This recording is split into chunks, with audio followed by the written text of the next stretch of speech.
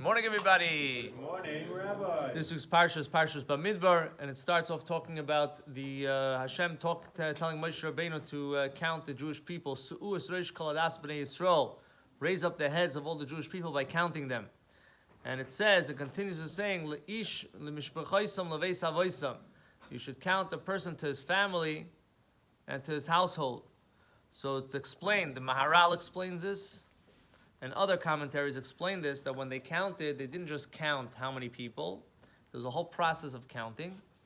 And the counting was that first they counted how many family members there are and how many people come in this tribe. And then they came to the conclusion of how many people are in the Jewish nation. So we see over here a very important emphasis on family. Ish lemishpachaisam, for the mishpacha, leveis avoisam, to the household, and then we came to the conclusion.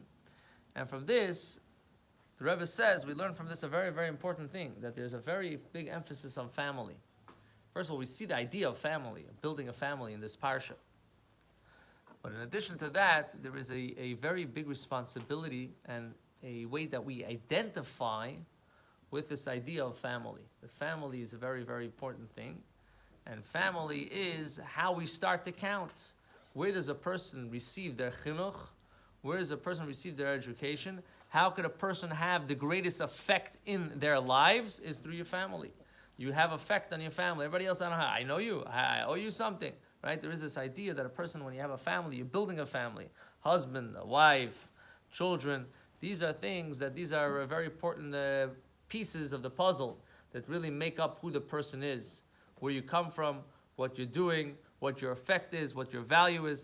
So this is something that is very, very special that we see in this week's parsha. That even when the counting was being done, there was a great emphasis on the family. That's one beautiful thing that we can learn from.